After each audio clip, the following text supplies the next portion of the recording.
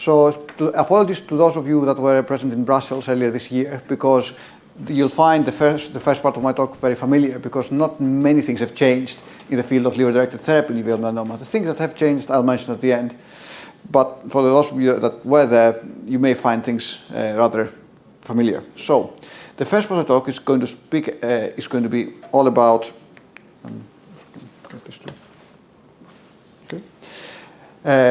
explain to you about liver-directed therapies in uveal melanoma, obviously. So why they're relevant, what the options are, because we have many options actually at this point in time, how they work, how well do they work, and when we should be using them. And maybe one of the most important questions, which one to choose when you've got so many. Now, you all know that uveal melanoma is a rare condition, but actually when you've got a lot of people, rare doesn't count for much. We easily end up with several hundred cases a year in the UK alone, and the big issue is that of those, half at some point in their lifetimes will develop a recurrence. And historically, the prognosis was dismal. Now, it has to be said that this prognosis from the era before we used to monitor people, so it may well be that this is not true even without treatment these days, but still, this is by all means a very aggressive cancer.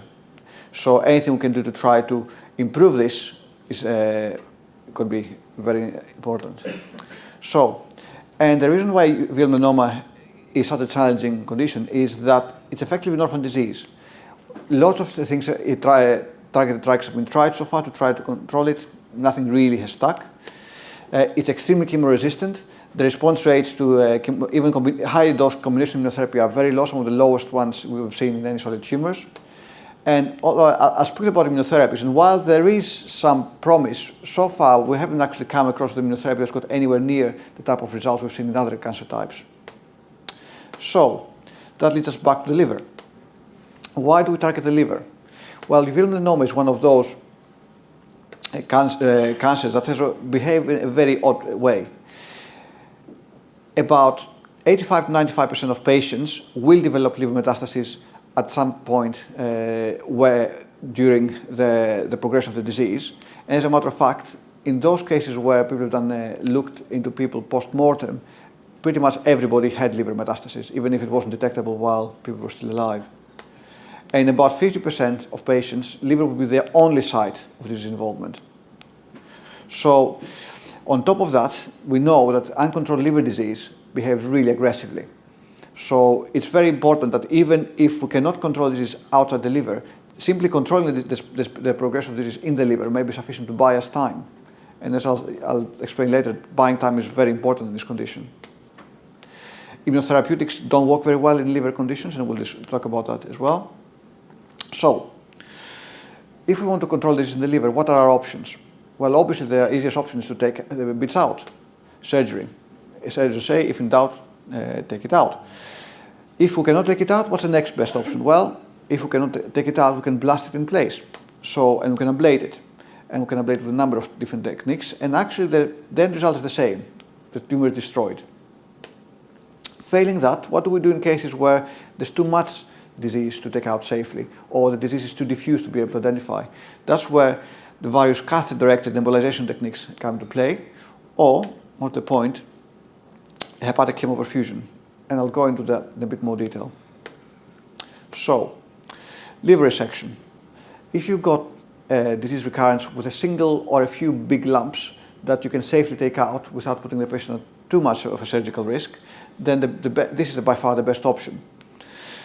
These days, laparoscopic surgery is possible, and that's basically keyhole surgery that minimizes the amount of risk to the patient, minimizes the amount of time they have to spend in hospital after the procedure, the pain from the scars, and by and large, the complication rates are not much different to the open procedure. If anything, they're less, because you have less risk of infection, and so on and so forth. The issue is that, especially if people are not monitored closely enough, historically, less than 10% of patients who are diagnosed with metastatic liver disease are eligible for resection. And that's for a combination of reasons: too big, too close to major vessels, patient not surgically fit for whatever reason. And very often, even if you think on the basis of images or scans that you can take the lump out, when you actually go in and try to do the surgery, you then discover that actually this is not something that you can resect. And a study said that actually almost 50% of all lesions that look resectable on the basis of scans, even MRI scans, actually on the operating theatre prove not to be resectable. So that's something you have to counsel the patients about. Having said that, we're getting better and better at doing invasive procedures, and sometimes you can do things these days that you couldn't beforehand. So for example, if taking a lump out would involve taking a whole lobe of the liver out, half the liver, what you can do is you can do a procedure beforehand that forces the other half of the liver to grow first, so the patient can actually survive having half the liver taken out. And sometimes you can combine things. So it may be that you cannot take all the lesions out by surgery, but it may be that you can take the biggest ones out by surgery, and the smallest ones you can maybe ablate with one of the other modalities I'll say later. So and sometimes you can do multiple procedures. So you can do one procedure, take a big lump out, and then come back a couple of months later and take the other lumps. Whether that's sensible or not will depend on the patient and the way the disease is behaving. So, and uveal melanoma can behave in lots of different ways. Sometimes it behaves very aggressively, where it goes to the liver and grows rapidly. Sometimes it behaves really indolently, where you get one lump, you take it out, nothing happens for 3 years, then another lump appears, take it out, nothing happens. And these are the cases where you may elect to be more aggressive about managing it with surgical means. What is clear, though, is that this procedure, although we're getting very good at it, it's still very demanding, and it should only be carried out in experienced centers. There's no point going to your local district general hospital and expecting your local surgeon to be able to do this safely and effectively. Particularly because it's very important if it's done properly. If the procedure results in having what we call clear margins, that means that you've taken all the tumor out and you haven't left anything behind that you can see, logically, the outcomes are much better than if what we call the margins are not clear, if you've left some microscopic deposits behind. And as you can see here, the average survival, and this is very much an average. Some people will do much better, some people will do worse. Is 3 years, which is a far cry from the 6 months that we quoted beforehand. So, going back to the ablation. What is ablation? Ablation means destruction.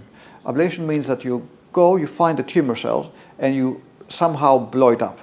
And you blow it up by delivering energy at a high level. And how do you do that? Well, you can use any type of energy delivery method you can come up with. You can use heat, you can use microwaves, you can use electricity, you can use laser beams, you can use cold. And ultimately the end result is the same. So it all depends on the availability of the method in the hospital where you're based, and the experience of the people who actually do it. So, as I mentioned, ablation modalities. They're basically, we target tissue destruction by focused energy delivery. And we can use electromagnetic waves, which includes radiofrequency ablation, microwave ablation, laser, because light is electric energy, or even stereotactic radiotherapy. It's all the same principle. You can use thermal methods, either by heat or by cold, or even you can use high-intensity focused ultrasound. And all these are pretty much the same in terms of outcomes. As long as you target the right area and whoever does it knows what they're doing, you get outcomes that are very similar to surgery but less invasive. Now, why would you choose surgery if this is an option or vice versa? Well, the thing is that if you do surgery, you know you got a lump out. When you do this, you hope you got a lump out, but you don't know for sure. You have to keep monitoring. So there's the element of uncertainty. Sometimes you can do one but not the other. So for example, some techniques, if they're very close to major vessels, you can't really, or the surface of the liver, you can't really ablate safely.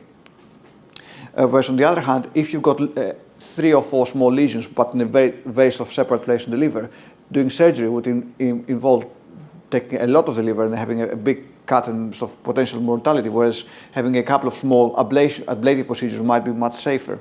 So this is something that, again, you need an experienced team to know and judge what works best for the particular patient. As it can be used together with surgery.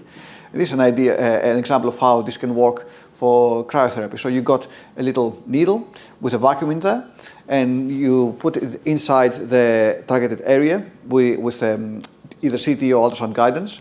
And once it's in place, then you put a gas, in this case argon, and when it gets to the tip of the needle, because this is vacuum, it expands. When gas expands, it sucks in heat.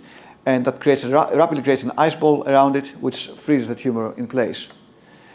And this is an example of what you would see. So this would be the baseline scan of the patient that is going to have the procedure. This is the area that you want to target. So while the patient is on the table, you can slowly put a needle in while you're watching it on the CT scanner. Once in place, you put in the gas, it freezes the area, you take the needle out, and then you check at the end of the procedure that you've actually covered all the area that you were hoping you would cover. And hopefully a few months down the line, when you check again, you'll notice that there's no lumps appearing, and that the area that you've zapped or froze in this case is shrinking, which is what you would expect as it slowly scar tissue involutes and goes down. If you were using heat, on the other hand, what you would do is the opposite. You would put the needle in, and then you turn the heating element on, and within a few minutes, this would result. Now, say you've got a tumor that's not a discrete lump, but is very infiltrative. In that case, you cannot really rely on this type of ablative procedures. You need to be a bit more clever about how you get around and do things. So you can rely on a very basic principle in the way the liver is supplied by the blood. So this is the liver, and let's say we've got a few tumors growing in there. Now the tumor in the liver, like in other parts of the body, when it needs to grow, it needs to get nutrients and oxygen. And the way it does that is by secreting special compounds that allow blood vessels to grow from the arteries into it. And you end up with a very regular network of arteries that feed it quite nicely. And that comes straight from the main circulation of the hepatic artery, which comes off the aorta, which is the biggest artery in the body. The rest of the liver, though, takes a double circulation because it's got access not only to the arterial blood from the aorta, but also to the portal venous blood. Portal venous blood is blood that comes from the gut, and that, unlike normal venous blood, is actually quite rich in nutrients, and actually has got a fair amount of oxygen left in it as well. And as it happens, healthy liver tissue gets the majority of its supply from the portal veins, unlike liver tumors, which get almost all the supply from the arteries. What this means is that if you can inject a drug into the arteries, it will preferentially get to the tumor, and not only that, but you can actually completely block the artery, and actually most of the healthy liver tissue might actually get away with it without dying, whereas the tumor will not be very happy about things. And that's indeed what you can do in the process called embolization. You inject tiny particles, and there's different type of particles you can inject, but the bottom line is that they're like little balls that go inside a vessel, which is like a tube, and they block it. Blood can go through anymore, so this area downstream is starved of blood and nutrients, and hopefully dies off. Now, that's fine in theory. In principle, it's never so easy, and there's always a few vessels that escape this blockage. So this is a good way to slow the growth, but on its own, if all you're doing is throwing inert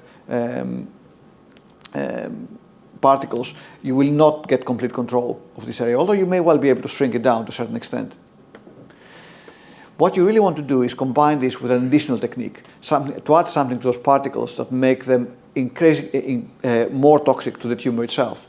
And you can add chemotherapy, either directly by mixing it with the oil droplets, when you use the oil droplets as the blocking, or you can use beads that actually slowly secrete the particles, the chemotherapy from it. Or you can actually make the beads radioactive, and that can give localized radiotherapy to the tumors. And people have actually tried to put immune active agents such as the MCSF on the beads to try to stimulate the immune response at the area where they have dead tumor because of the embolization. So we'll go a bit more detail. So the most common procedure, one of the earliest procedures that was developed was called TACE, which stands for transarterial chemoembolization. So basically what you do is you inject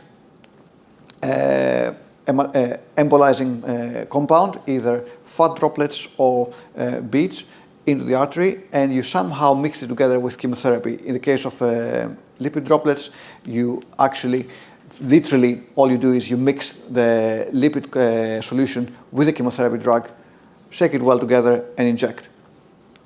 And that actually can work remarkably well because the lipid droplets just block. They go there and they stick like this, they stick in drains. and they slowly release the chemotherapy drug from there. And that's a lot better than simply just giving chemotherapy through the bloodstream.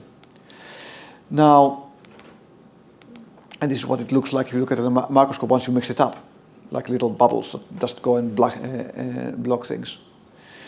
And as I said, there's more novel techniques which involve beads that are actually sort of slowly secrete in a more controlled fashion chemotherapy drugs.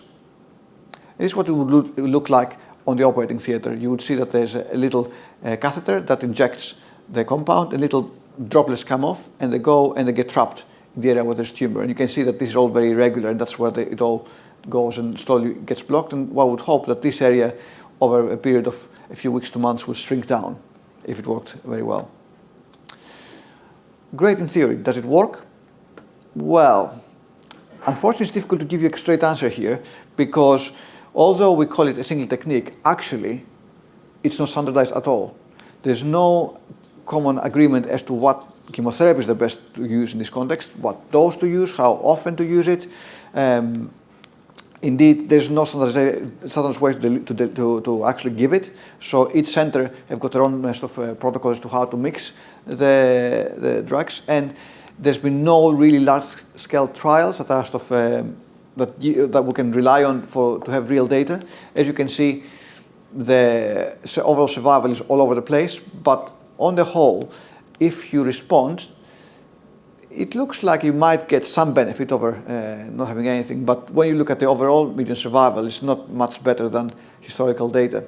So it's clearly something that can be used in particular cases, especially if you run out of options, or if you've got an option in mind that would work everywhere but the liver. But on its own, it's not a very strong thing to use, particularly because toxicity is not that mild.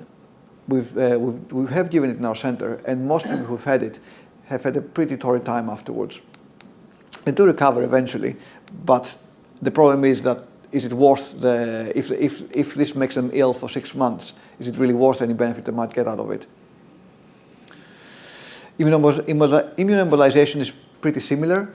It's again, it was mainly developed in the States and Sato and his colleagues used it a lot.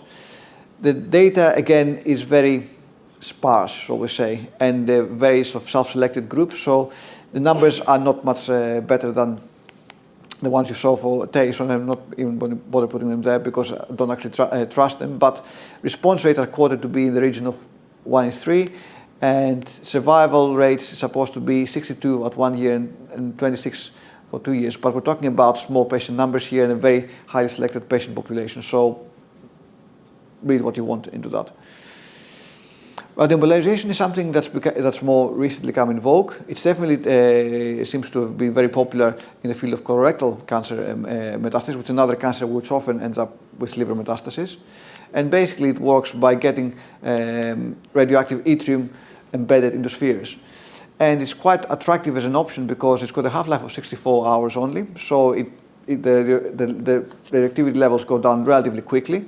And the maximum range of this is only 1 centimeter, so actually it's unlikely to affect anybody in the environment, but it's going to deliver almost all its energy close to where you want it, at the tumor site. And at this point, there's 2 main options to choose between if you want to go down that route. It's either Serospheres or TheraSpheres. They're both commercial, and they're both quite pricey. And at this point, there's no head-to-head comparison to know which one is better than the other. Overall, the small case series that's been published so far show that the overall survival is 3 to 10 months. Again, take that with a pinch of salt because these are people who often run out of other options. So who knows how long they would have been without this technique. Response rates are very variable. So I think until a large-scale study is carried out, it's impossible to read anything more on this. So what are the issues with embolization approaches? Again, for all of these, there's no standard protocols. Everybody does their own thing. So if you go to a center that's very experienced in doing it, you're probably going to get a much better outcome than if you go to a center that does it very occasionally. There's no comparative clinical trials, so it's very difficult for anybody to suggest one technique over the other. And what is clear, there's a very big lack of consistency. In some cases, you see that you've got bad response rates, but the ones who respond do very well. In some cases, you have very excellent response rates, but actually the benefit seems to be a few months at best. So this is a field that really needs some proper research going into it. As I said, all these are case series, so all these patients have been selected to do these procedures by the physician, so they may not be representative of the general uveal melanoma patient. So, what's the next step? So around the turn of the century, people thought, well, how about if we do these embolization procedures, you only treat a bit of the liver, but really you want to treat the liver as a whole. Can we improve on that? And the thing that they thought is, how about we isolate the liver completely? A bit like you can do a heart bypass when you want to do a cardiac procedure. How about we do a liver bypass and then wash the liver on its own with a high dose of chemotherapy? And actually, all of this sounds like science fiction. It's eminently feasible. And what they used to do, if you're prepared to do the major procedure, they would have a big cut down the middle, and then they would clamp the major vessels that feed out of the liver. They would cannulate the artery that goes into the liver, and then they would just administer really high doses of chemotherapy straight into the liver, and then they would just wash it out. Now, this was a technique called intrahepatic chemoperfusion. And the idea is that although uveal melanoma is very chemoresistant, ultimately, if you give enough dose of chemotherapy, it will hit it. And you're normally limited by the side effects of the chemotherapy outside the liver, because the liver is a very chemoresistant organ itself. It's actually the detoxifying engine of the body. So if you can limit the chemotherapy to the liver, you can actually give much higher doses than you would if you had to take into account the side effects that it would cause, say, in the gut or your bone marrow or elsewhere. And also, because of differential blood supply, if you give all the chemotherapy into the artery, you'd further multiply the effect, the exposure that the liver tumors get, as opposed to the healthy tissue. And people tried that, and by and large, the early studies were encouraging in terms of overall response rate, although survival at the time wasn't particularly exciting. And also, some of these studies did show that there was significant mortality. You can imagine if you're doing a major procedure, including a full-body laparotomy and clamping of all the major vessels, things can go wrong. But then came this procedure, this technique, what we call PHP, percutaneous hepatic perfusion, which takes the same principle, but takes out the surgery out of it. So how does it work? What you want to do is you want to isolate the liver again. So what you want to do is get two big catheters on the top and from the superior vena cava, which is the main one of the main return vessels to the heart, and then you can put a catheter all the way down and block the blood that returns from the liver from going into the heart, and then you put another catheter from the bottom, into the internal vena cava below that, which stops any new blood from going into the liver, and also conversely stops any backflow of blood from the liver into the lower part of the body.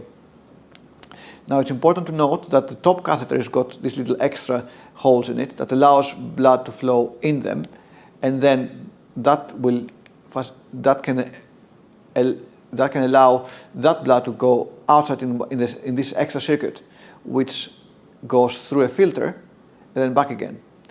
And that's important because in this way we can give drug through an extra catheter in the artery, as we would do in the intraperitoneal procedure, and that drug will go into the liver, do its thing, and go out, and instead of going back into the circulation, it will go out and through the circuit into the filter, at which point you can actually get rid of most of the toxic drug, and then you can return it into the general circulation and into the heart. And that looked very fine in theory, and actually it's very feasible.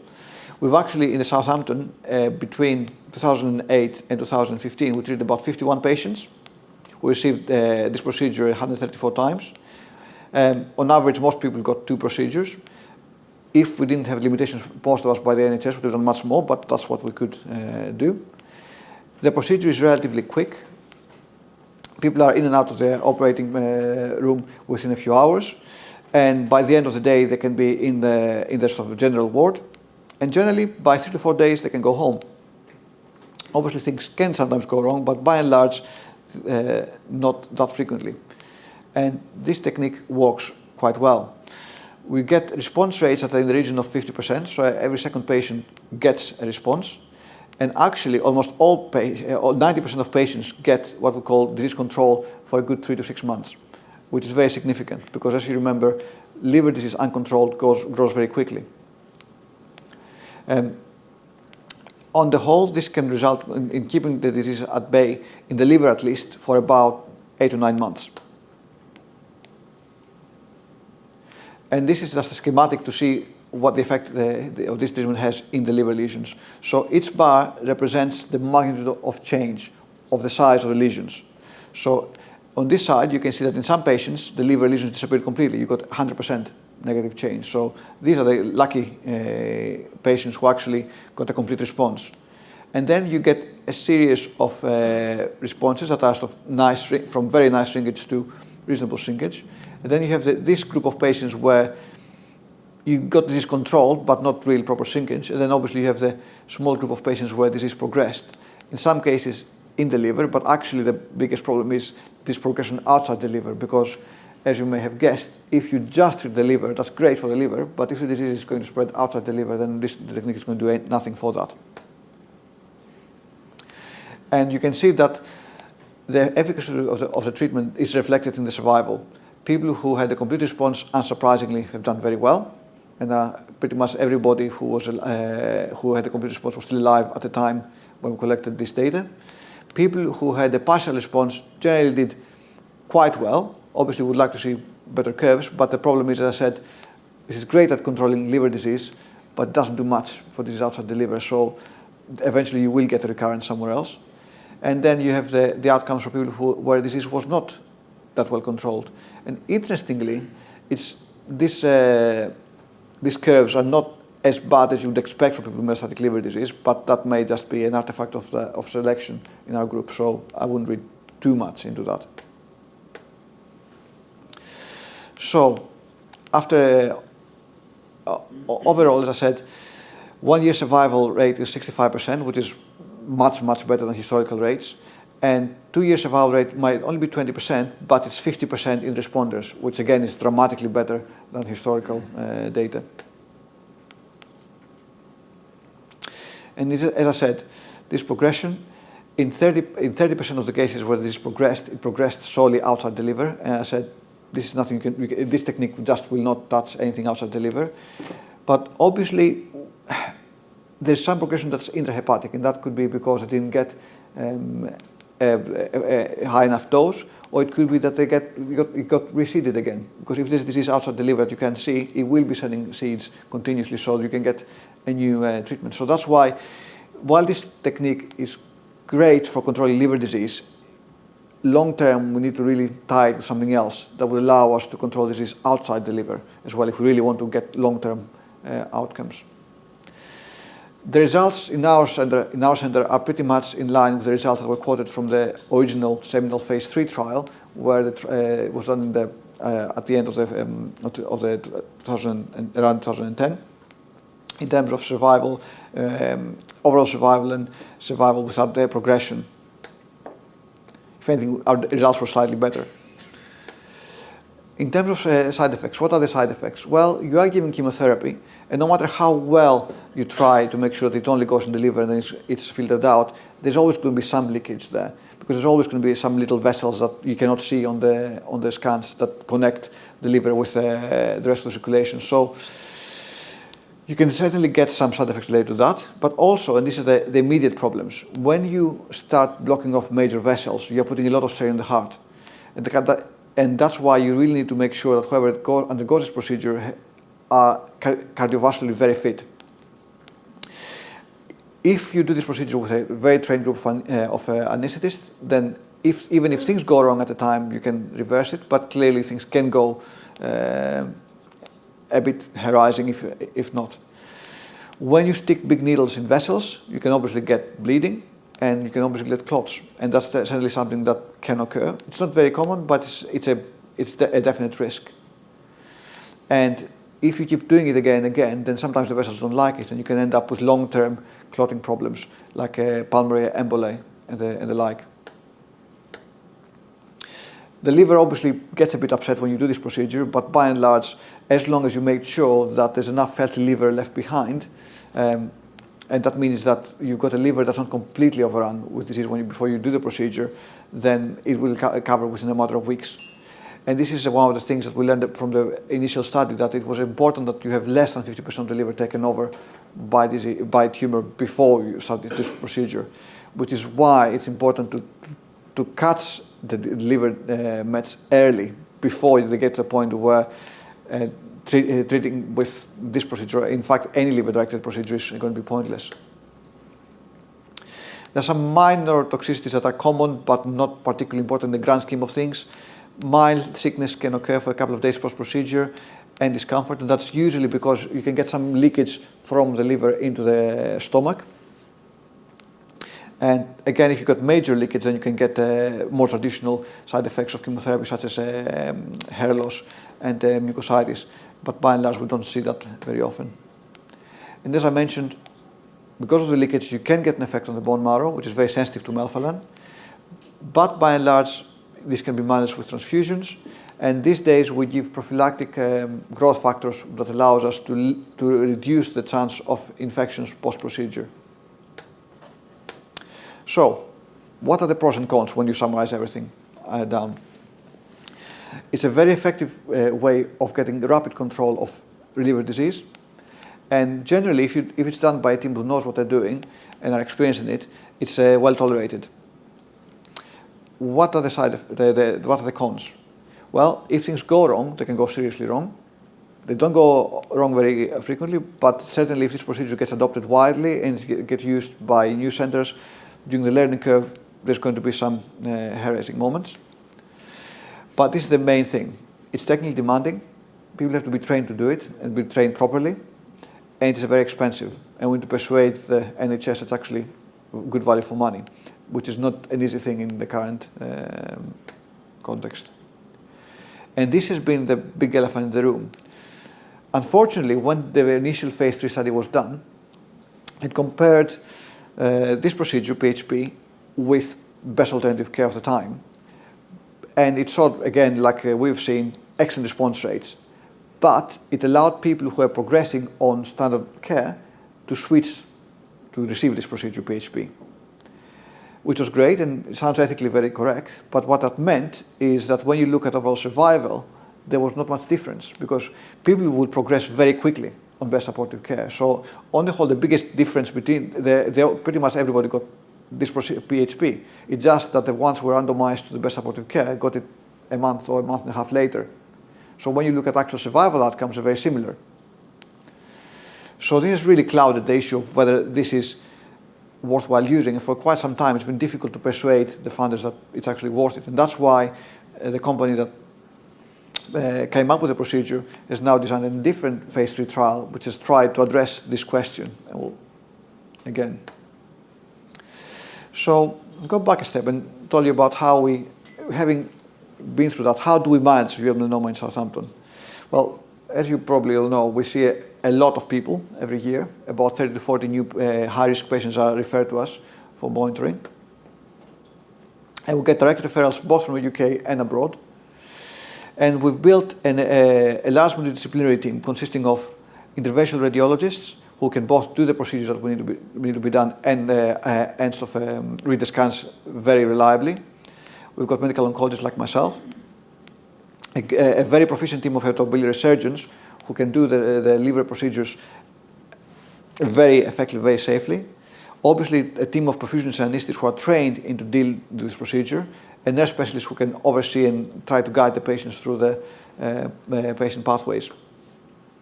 So, we believe that the key to all this is an early diagnosis of metastatic disease.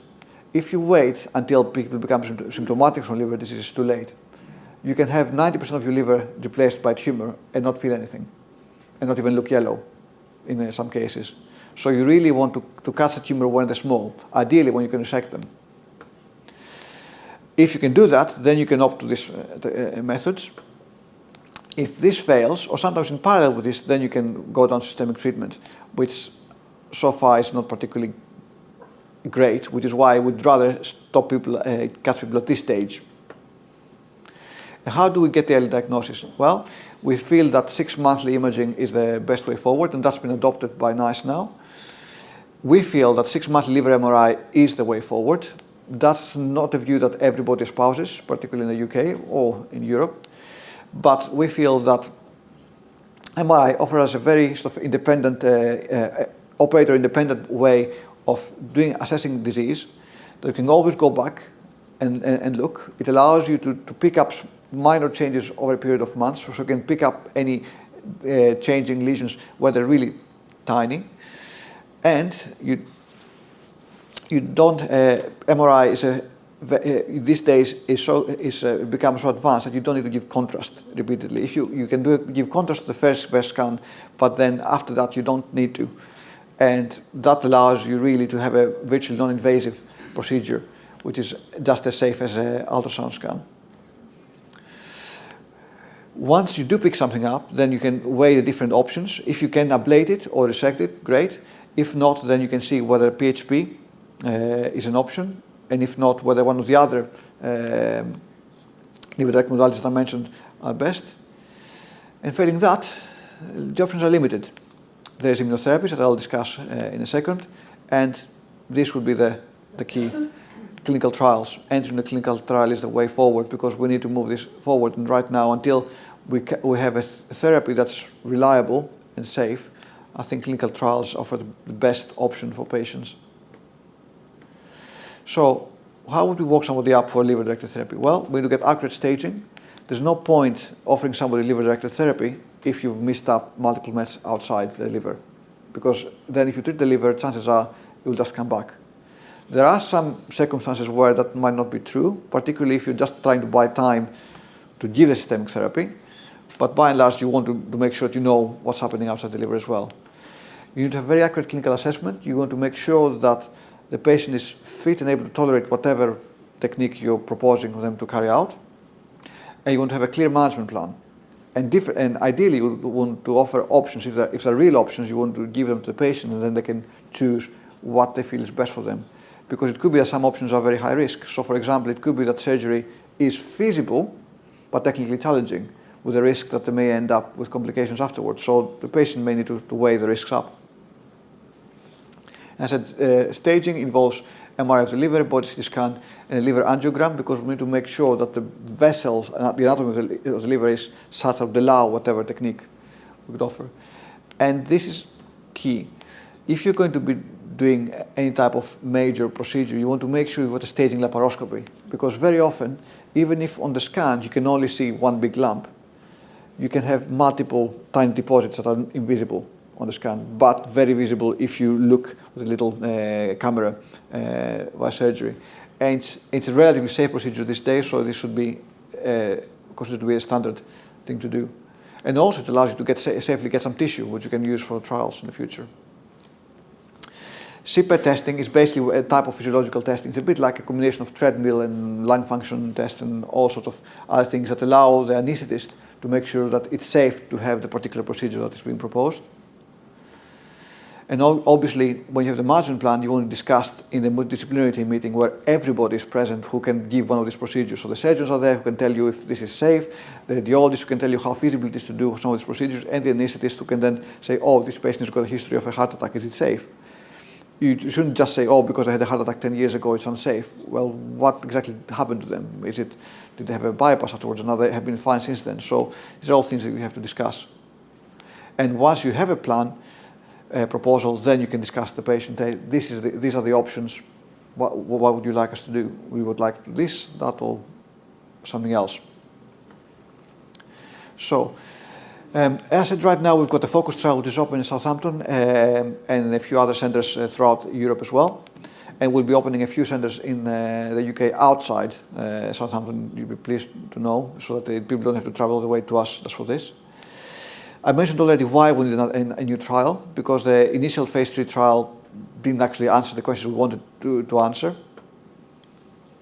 Since then, there's some problems. Technique has improved a lot. There's new immunotherapies, and it's not clear if they actually are better than going for something like this. And this was the real question that we're trying to address. And in its original design, as it was conceived, people would be randomized between getting the PHP or an investigator choice of best alternative standard of care, which would be TACE, immunotherapy, or chemotherapy. Immunotherapy would be single agent immunotherapy. And the inclusion criteria were relatively lax, but there were a few important things. You need to have a tissue sample to prove that it was uveal melanoma in the liver. They obviously need not to have had any of PHP before, and they need to have no obvious contraindication.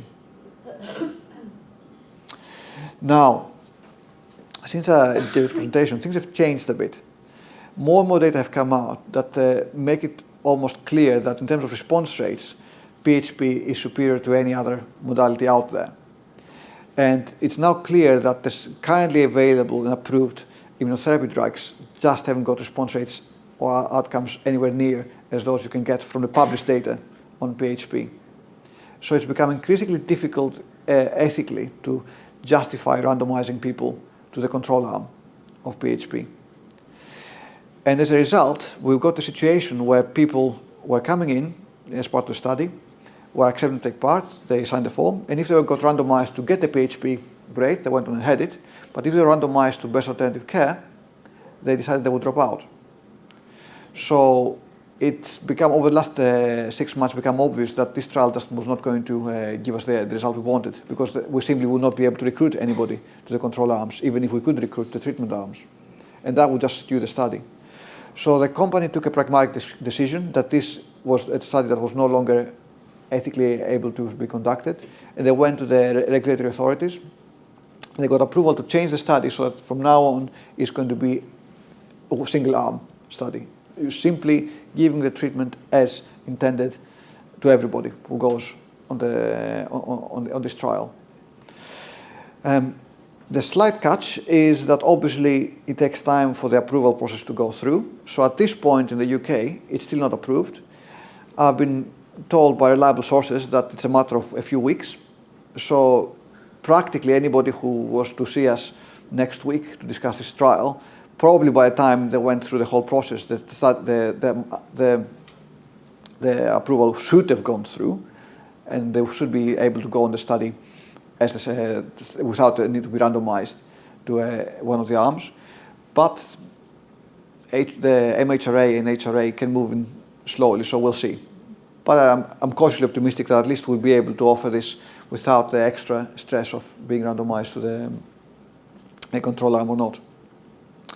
So just to summarize for this session, I hope I gave you an overview of liver-directed therapies in uveal melanoma, why we use them, what the options are, how they worked, how well they work or not, as the case might be, and when we should use them. Which one to choose? Well, I've given you some indication, but ultimately it's something that in some cases there's going to be no right answer. If people, for whatever reason, are not eligible to have PHP, then there's going to be no clear answer as to which of the other treatments are superior. And that's something that's going to be very much reliant on what's available and what the local clinicians are experienced with and able to provide. And this is the key thing. All these techniques are great, but they don't solve the problem. They don't offer a cure. They just buy time. And what we need to do is use the time to do something that actually can get on top of the disease. And that's going to be part of the next part of the talk. But I think at this point it's worth having a break and ask some questions, because otherwise it's going to be too long to move on to the next part.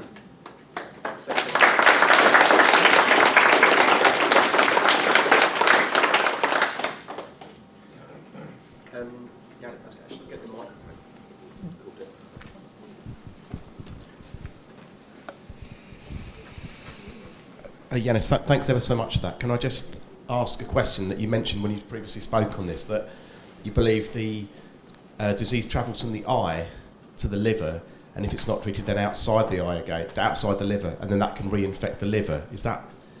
Well, the problem is that we know that the disease must have gotten from the eye to the liver somehow, through the bloodstream. So there's a very high chance that it's lingering outside the liver as well. And we know that it does come back outside the liver eventually. If you keep treating the liver, you will eventually get some disease outside. And you can see in all those survival curves that on average, about 3 years after successful treatment of liver, things do start coming back. eventually. Now, whether that's because you didn't treat the liver effectively and then it grew in the liver and then grew out of it, or because there's a hidden reservoir of disease outside, it's impossible to tell at this point. I suspect we'll know a bit more once the various liquid biopsy methods come to fruition, where you can actually look for tumor DNA in the bloodstream, and then we'll get a better idea of where things are hiding and how well they're hiding. But at this point, we don't know. But simple logic says that if it's been floating around in the bloodstream to get to the liver, it would have gotten to other places as well. So, and unless you come up with a technique that can treat the whole of the body, you're likely to end up in the same situation on the line.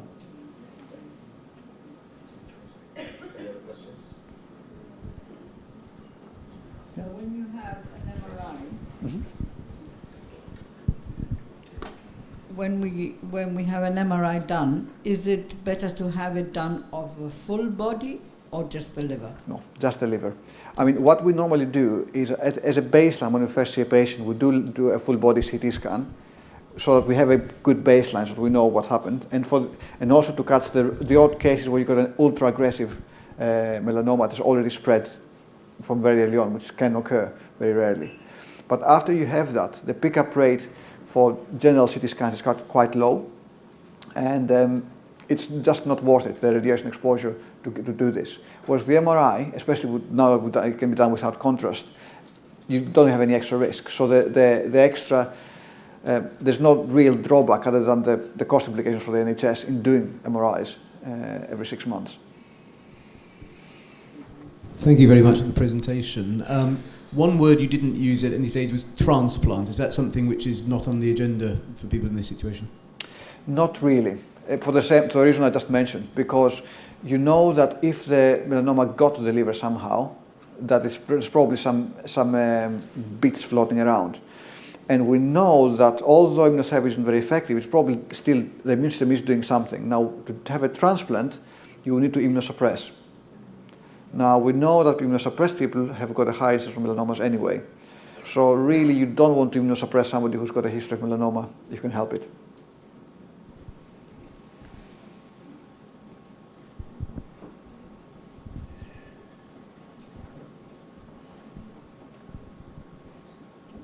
I don't really know whether this is relevant or anything, but I have seen a lot of things in the press and have been approached online regarding cannabis oils, treating cancer, etc.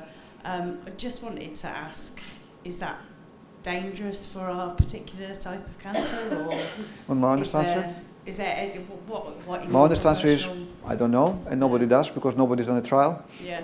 And the problem is that when you go online, you get a very extremely biased view of things. So you either get people who done very well out of it, for whatever reason they think, or who done very badly out of it. So you don't really get an idea of what the denominator is, how many people did well or badly out of this. Yeah.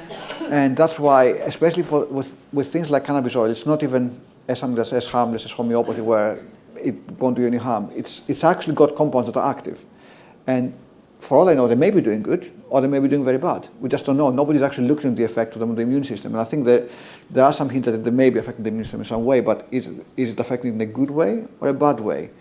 And more to the point, with all these drugs, there's no such thing as something that's good for everybody. So just because something that might make you feel a bit better doesn't mean that actually is doing good for you from the cancer point of view. So I think this is very much unproven.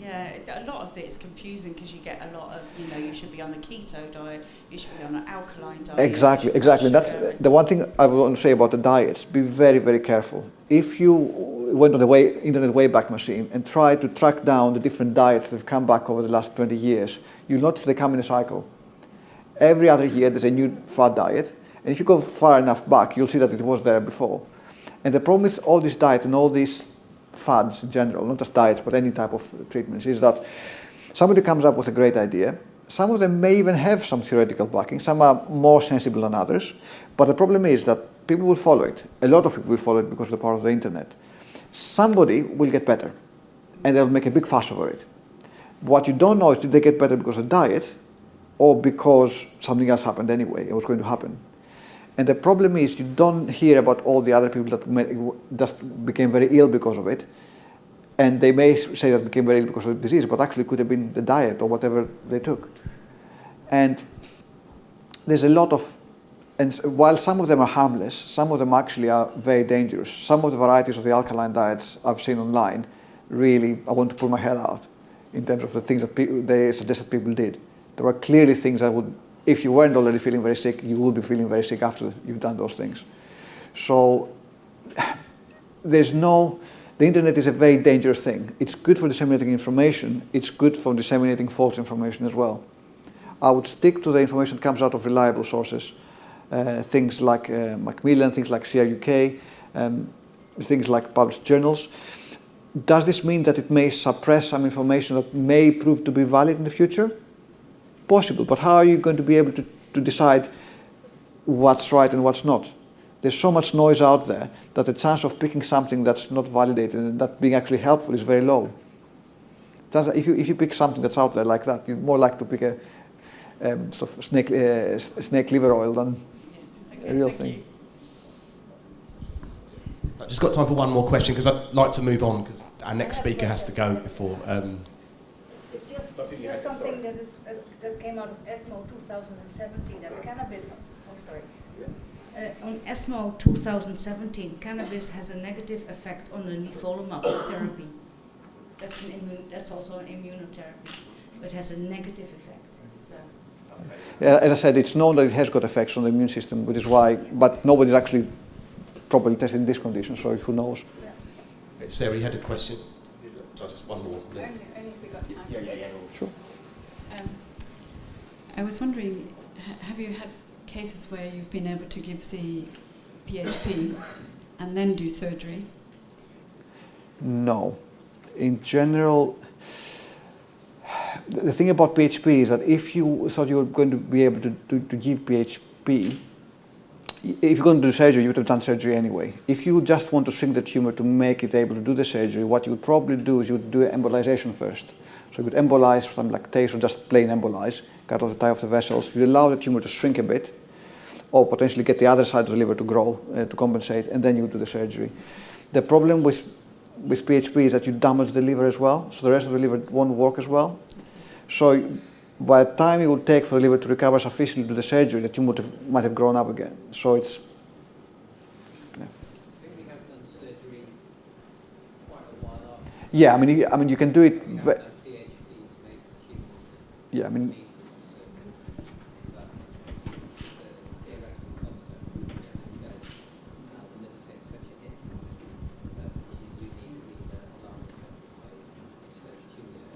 So, for example, if PHP worked very well, and 3 years down the line they had a new lump coming up, that's when you would consider doing surgery. But you wouldn't do the PHP with the intention of doing surgery at that point. Yeah. Okay, thanks. We move on to the next one. Sorry, I'll give you a punishing schedule here, Ioannis. Yeah. So, next I'm going to talk about immunotherapy in uveal melanoma, and this is a presentation I've had to cobble together rather at short notice. I do apologize, the quality is not up to what I would like it to be. But I'm going to try to give you a very sort of eagle's eye view of what immunotherapy is about, where it actually works in uveal melanoma, and why do we think it's going to be useful. So immunotherapy is really just using the body's defense system. And we all have an immune system that day in, day out protects us from bugs, but also from cancer. We know that because if we immunosuppress people get lots of cancer, and there's all sorts of models that show that if you suppress the immune system in particular ways, you get more cancer types of different types. And it's a bit like utilizing it's a bit of a double-edged sword. If you can imagine a case like Dirty High, where you have imagine a city that's riddled with crime. You get the police officers, you arm them with submachine guns, give them night goggles and tell them anything that looks suspicious, shoot. And they'll go out and do that. And you'll probably get some reduction in the crime rate with some accidents. And that's what immunotherapy is supposed to do, in effect. Now, the immunotherapy being a thing has been a theory since the early 1900s. Initially, it was people had realized that if you got people with open tumors to get infected, sometimes the tumor would regress. And for a period in the 19th century, this was what surgeons used to do. In breast cancer, they would allow the wounds to get infected, and then they would see some shrinkage. People tried to formalize this with various sort of interesting oceans and potions over the early 1900s, but nothing really worked very far, and people couldn't really get anything to work out immunotherapy because the immune system is a very complicated mechanism, and it's developed lots of checks and balances to avoid the situation where you have your dirty, hairy immune cells going around and destroying everything. And in actual fact, the breakthrough came from dysregulated immune systems. People were doing research into finding out what happens in people who have autoimmune conditions and what systems don't work.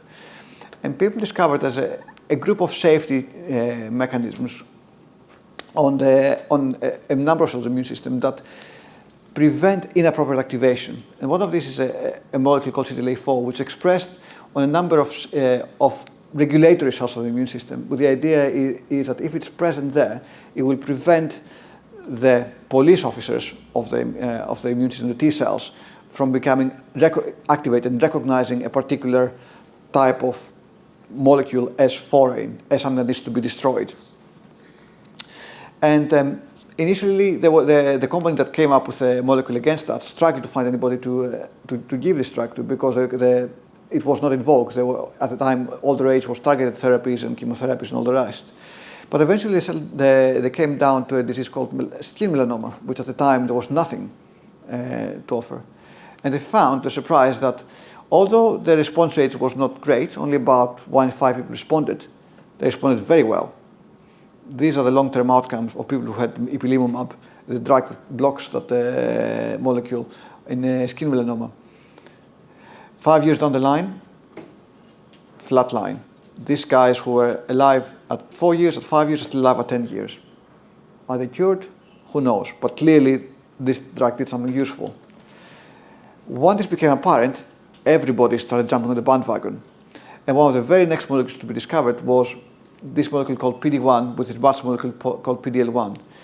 PD-1 works in a slightly different way.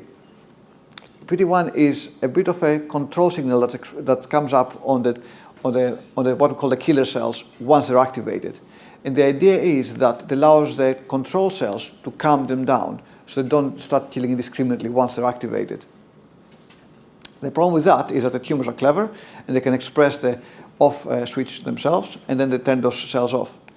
But again, by getting a drug that blocks interaction, you can actually get results that are much better than ipilimumab even. So here you can see comparing survival rates in people who had ipilimumab with people who had pembrolizumab, which is another, with a drug targeting that pathway. You can see that's a 10% difference in survival rates. Great. Can we do better than that? Well, people said, well, if we can compare, if these two drugs work in different ways, why don't we give them both together? So we did. And the results were quite staggering. So you can see these are the what we call the waterfall plots. These are people that benefited from ipilimumab and got a significant shrinkage of the disease. If you see that if you give these people nivolumab, it goes better. And if you give both, almost the vast majority of people got some benefit, and more than 55% of patients got what we would call a good partial response. So over the last 2 to 3 years, this has opened a whole new field. At this point, we think that about 50% of all cancer patients are going to be able to benefit in some way or another from getting what we call a PD-1, PD-L1 blockade with or without ipilimumab across a range of tumors: melanoma, lung cancer, kidney cancer, bladder cancer, head and neck cancers, subtypes of colorectal cancer, and the list goes on. Great. What about uveal melanoma? Uveal melanoma is melanoma, right? This should be able to work. Well, initially that's what I thought, but the early data suggested that it didn't work as well. So uveal melanoma patients were excluded for the early trials. And there's a number of reasons why it doesn't work very well, but and we'll go through this a bit. There's the different drugs that are coming out. And this is the real reason why it doesn't work very well. If you look at the rate of mutations is the driving force of all tumors. There are genetic changes that make the tumor cells behave different than the cell population. Now, tumors that have got a lot of mutations can behave very aggressively because they're very much different than the regular tumor, and they can escape all sorts of drugs because they can keep changing themselves. And in cutaneous melanoma, it's got the highest rate of mutations. And the reason for that is because it's derived from exposure to ultraviolet light. So, but all those changes come with a price for the tumor. It means that the immune system has got lots of nice little targets it can latch onto. So if you've got 500 proteins that are different, it's a bit like if you imagine the analogy of the police force, the criminals going out dressed like clowns, they really stand out. The immune system can really say, hey, you're a clown, you're arrested. Uveal melanoma, on the other hand, has got very few mutations, because there's a few mutations that are the driver mutations, but actually they don't stand out very much. The analogy with the crime system, it's a bit like the uveal melanoma cells are just citizens that walk around wearing sunglasses in the middle of the night. They might stand up a bit, but not necessarily very much, so they can fall under the radar and escape. So that's a big change, and we know now it's across a range of tumor types. Tumor types that have got low mutation rates generally don't work very well with immunotherapies. So, and this is not just a theoretical thing. When you try and see what the people have done and reported, everybody who tried immunotherapy with the single agents have got quite discouraging results. Ipilimumab response rates are in the region of 5 to 8%. Some people quote 0%, but on the whole, I think 1 in 20 is about the ballpark figure that we're looking at for response rates. And overall survival rates, not much to write home about, really, compared with having no treatment at all. Pembrolizumab, is it any better? Not really. I mean, the response rates are anywhere between 4 and 8%, but they're probably not too dissimilar to the response rates to ipilimumab as a single agent. And survival may be a bit better. I mean, this is the biggest series so far, so I suspect there probably is some marginal benefit. But again, we're not talking about huge advantage. We're talking about 2-3 months on average change. Although, and this is a big caveat, these overall survival numbers are not particularly meaningful, because these people who actually get a response, they will get the excellent long-term survivals. So if you're a patient who is on these drugs, if you benefit from them, you're not going to be looking at this number, you're going to be looking at the 10-year survival. But it's a lottery. It's a lottery with not very good odds. So what about if we throw both drugs together? Does that improve things? It probably does to an extent. I mean, these are early data because the big studies that haven't been completed yet, but it looks like the response rates are higher with the two drugs together. But, and this is a big but, in those cases where the information was given, the responders were all people who had liver-directed therapies in parallel with immunotherapy. So they had the balance tilted, because we know immunotherapy doesn't work very well in the liver. So what they did there was they gave TACE or embolization or whatever into the liver and then gave the immunotherapy or afterwards or in parallel. So it'd be interesting to see what the true numbers are without concurrent liver-directed therapy. And in fact, there are some trials in setup trying to combine the two together. And this is something that we can see very clearly in the data from our own experience in Southampton. People who had immunotherapy with liver-only disease did very badly. Immunotherapy just hardly ever worked there. It's only for people who had disease outside the liver, which effectively means that we had given them liver-directed therapy and they progressed outside the liver, that did better.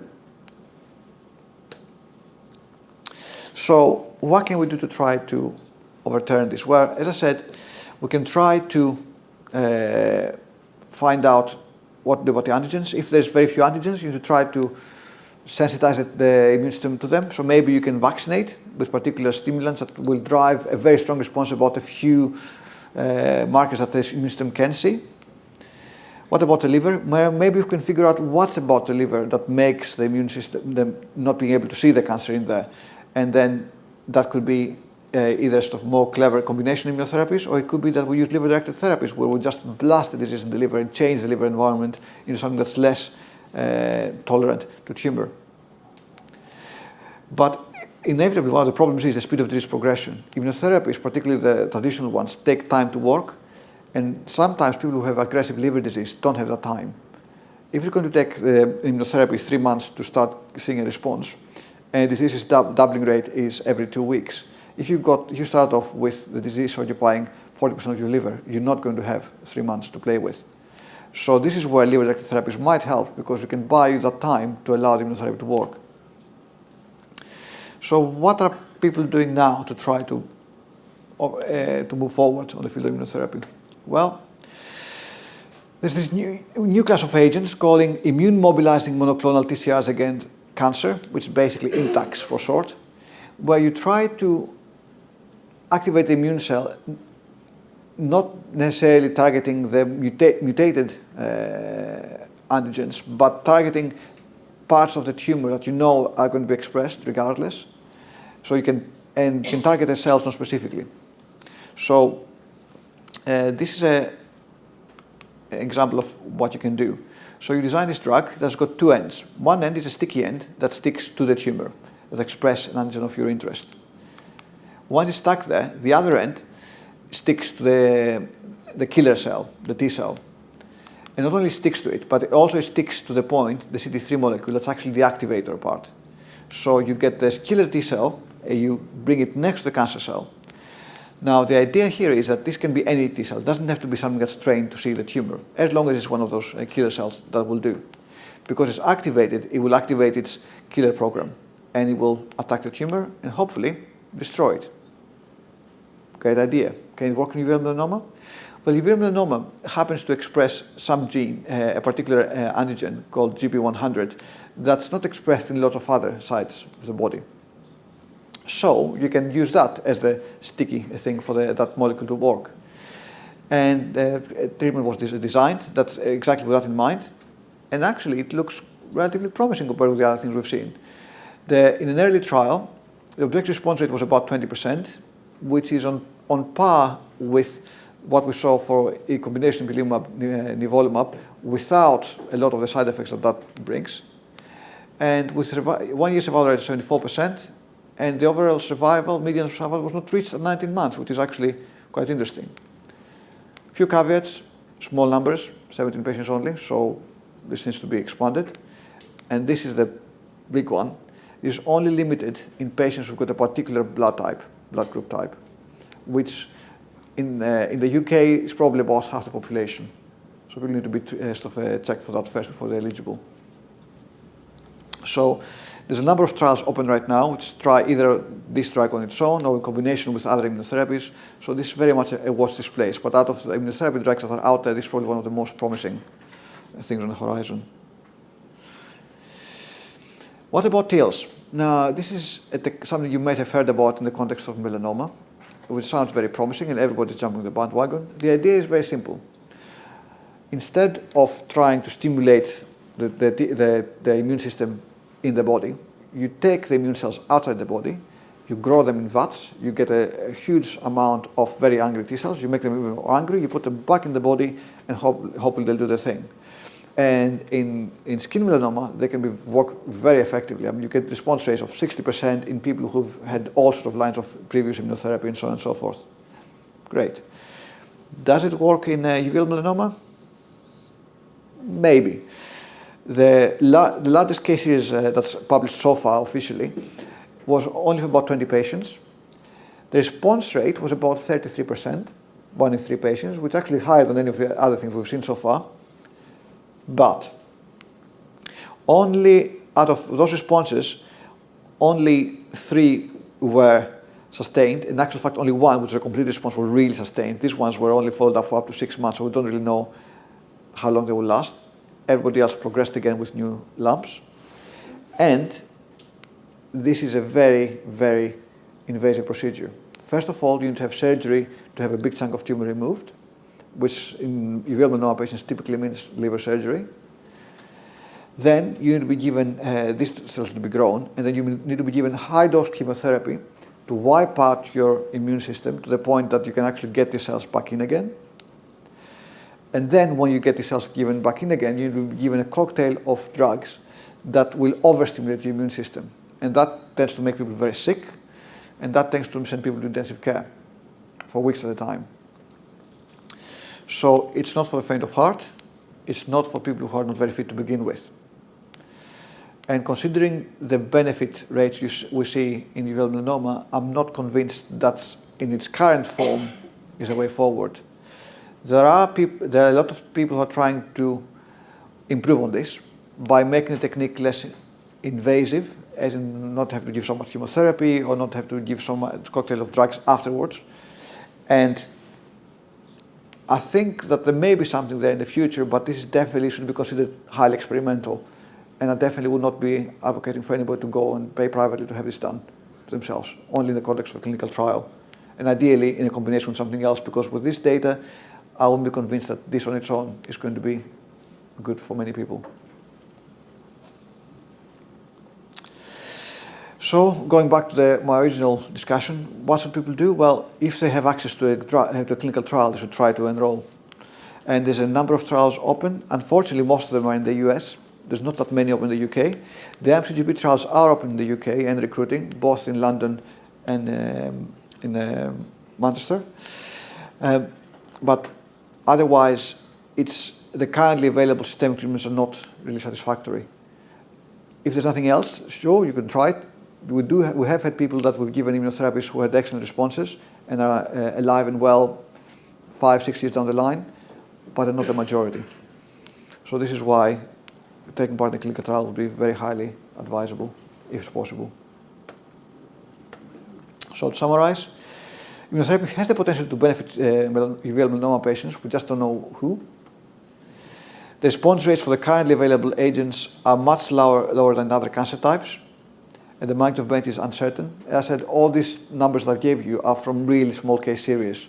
So always take them with a pinch of salt, because a lot of statistical things that can go wrong, and also a lot of selection going into those numbers. And that's why, if possible, people should go into clinical trials. Thank you.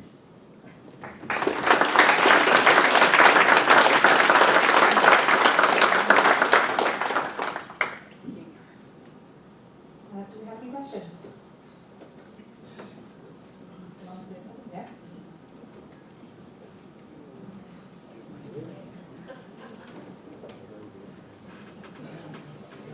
If a patient with liver mets is treated only with immunotherapy only, and the mets progress, is it better to start the immunotherapy and switch to a liver-directed therapy, or is it better to continue both?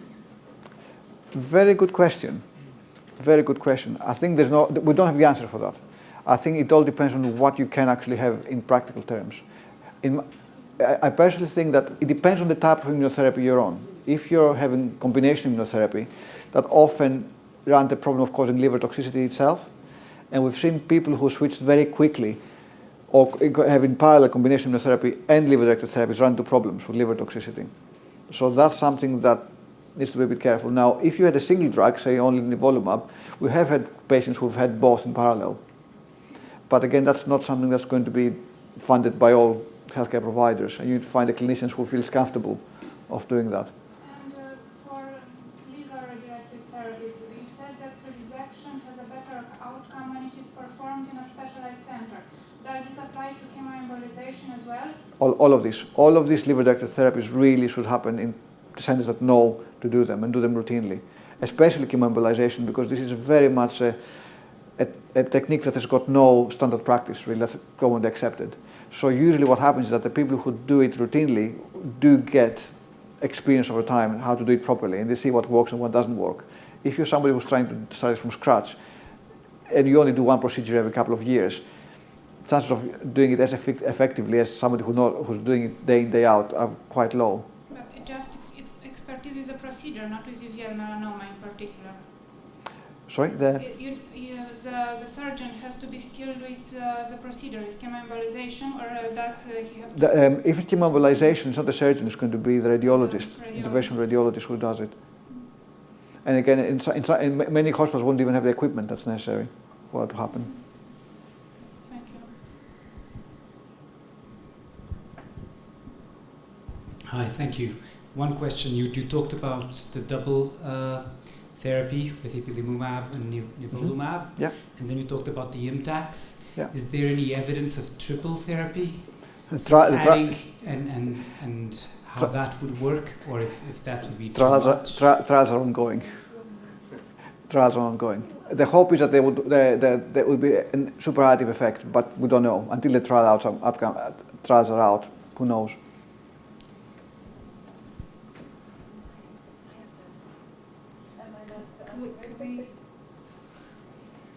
Sorry, it's going to have to be a really, really quick one, Sarah. Just a hypothetical question. The TIL-related therapy, if you were to do a biopsy on all uveal melanomas, the primary tumour, and you generated you grew the TILs so that they would train to recognise melanoma cells. Could you give that to the TIL-related therapy as an adjuvant therapy in high-risk patients? That's an interesting idea. I'm not sure that would work, because the problem is, if you think about it, if the melanoma was to spread outside the eye, then it means that those lymphocytes in there weren't doing their job. And it's interesting that one of the really odd things about uveal melanoma is one of the few tumors where having a high number of lymphocytes in the primary is actually got an adverse prognostic indicator. In most other tumor types, having lots of immune cells is a good thing, not in uveal melanoma. We don't quite understand why that's the case. So I'll be cautious about using the immune cells from the primary tumor especially as any type of adjuvant treatment. Okay, thank you ever so much, Ioannis. That was wonderful doing 2 talks like that at short notice. Much appreciated. So big hand, please. Yeah.